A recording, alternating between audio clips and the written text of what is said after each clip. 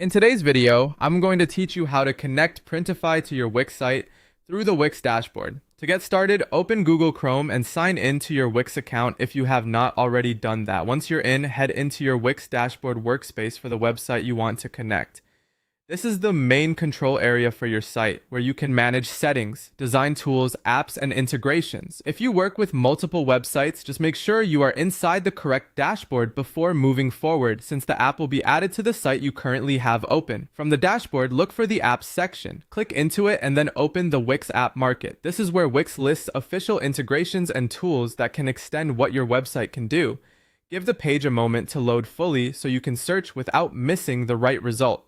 Once you're inside the app market, use the search bar and type in Printify. As the results appear, look carefully for the official Printify app tool card.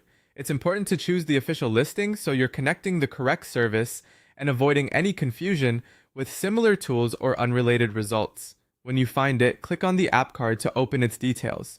On the app page, review the listing if needed, and then click Add to Site.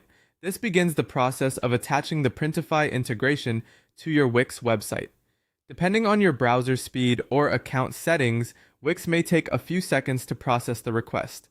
If any permission or confirmation window appears, read it carefully and continue so the app can be installed correctly. After that, open a separate tab in your browser.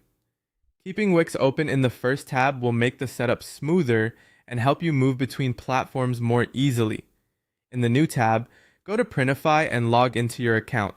Be sure you're signing into the correct account that you plan to use for your store connection.